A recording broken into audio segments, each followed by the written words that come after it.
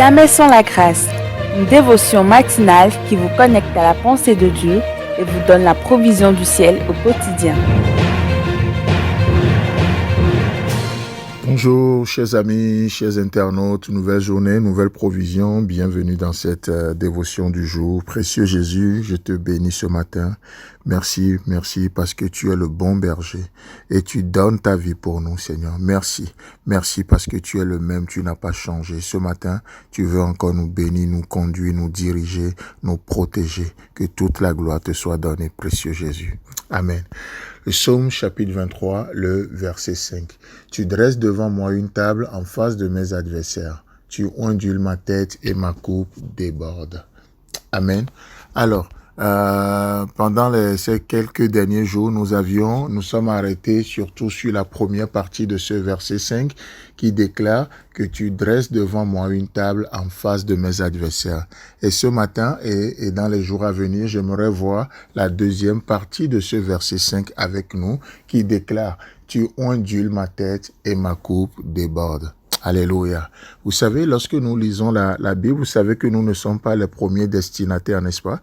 Et donc, raison pour laquelle, lorsque nous lisons les Saintes Écritures, nous avons besoin de nous mettre à la place des premiers destinataires, c'est-à-dire de chercher à comprendre le contexte historique, le contexte culturel et voire même le contexte géographique de ce que nous lisons. Sinon, pour nous, gens du 21e siècle, lorsque je lis, tu ondules ma tête et ma coupe déborde, je comprends pas grand-chose de cette phrase où ça n'a rien d'extraordinaire.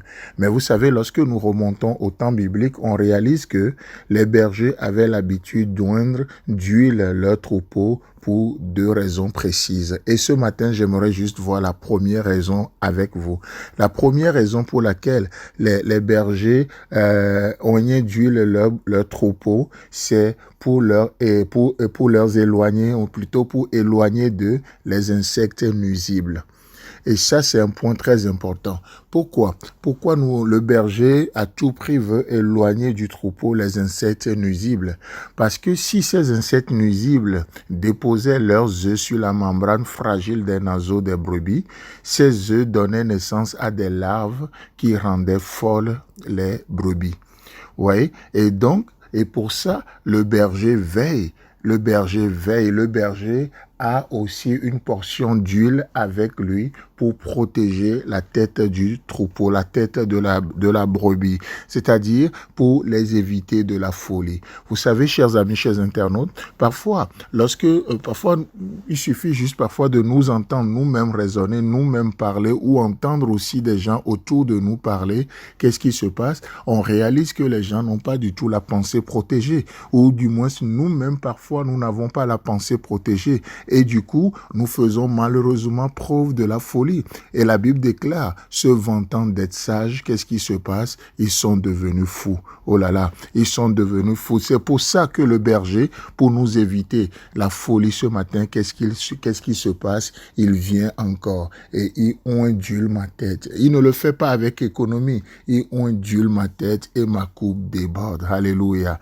Et le Seigneur le fait encore pour nous éviter la folie de aujourd'hui, pour nous éviter la folie dans cette journée, afin que nous puissions marcher avec sagesse. Et dans la sagesse, qu'est-ce qu'il fait? Il applique son huile qui parle du Saint-Esprit, l'action du Saint-Esprit. C'est pour ça que Paul nous dira, marchez selon l'Esprit et vous n'accomplirez point les désirs de la chair. N'est-ce pas beau ça?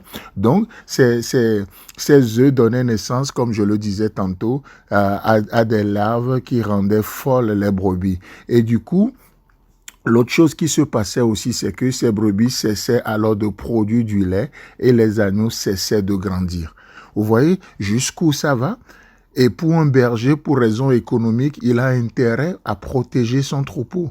Mais vous savez, pour nous, Dieu ne le fait pas d'une manière, en tout cas pour raison économique. Non, par amour pour nous, Dieu est dans le business de protéger son troupeau. Et il vient toujours.